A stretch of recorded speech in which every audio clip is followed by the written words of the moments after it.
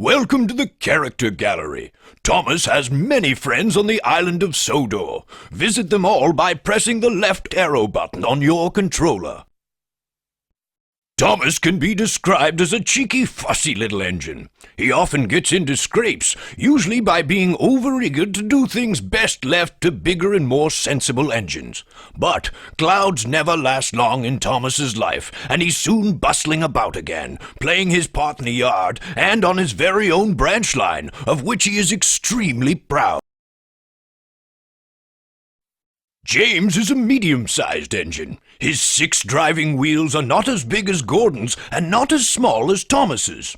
He has a fine scarlet coat and brass dome and likes to think of himself as a really splendid engine. This can occasionally lead to highfalutin ideas about the sort of work suitable for such a noble creature. Invariably, they land James in trouble.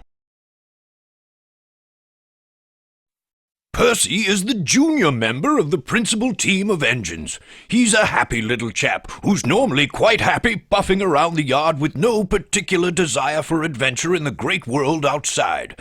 He is always keen to oblige, a fact of which the other engines are apt to take advantage. Henry is a long, fast engine. He has a thoroughbred look, and, like all thoroughbreds, tends to be somewhat highly strung and prone to illness. But he has his new shape now, and, sympathetically driven, he'll give any engine. Mavis is a feisty young diesel engine who works at the quarry. She's full of her own ideas, and doesn't take kindly to advice. She has a lot to learn about trucks, but with Toby's help, she's learning to be a real... Gordon is the senior member of the engine family, the fastest and most powerful of my string, and he knows it. He's good-hearted, though, and always willing to forgive, and use his superior strength to help smaller engines out of trouble. Toby is old-fashioned, both in looks and outlook. Every engine, no matter how old, wants to be really useful, and, having once nearly been scrapped, Toby is always happy to work.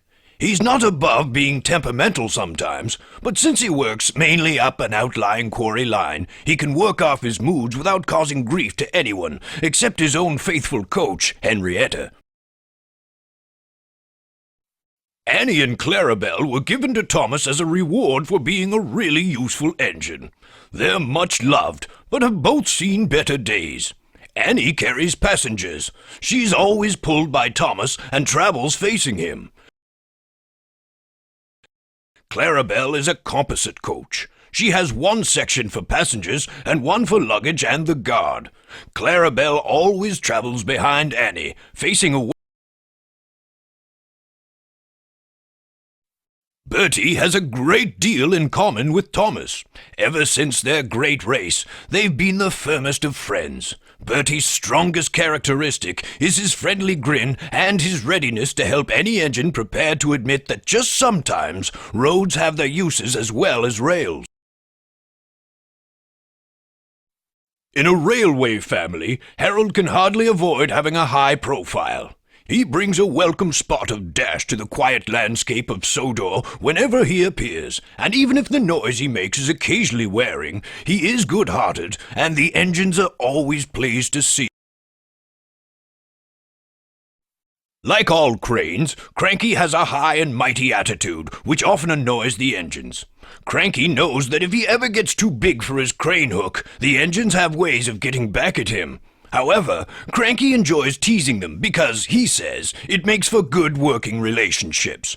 But don't ask Percy if he agrees.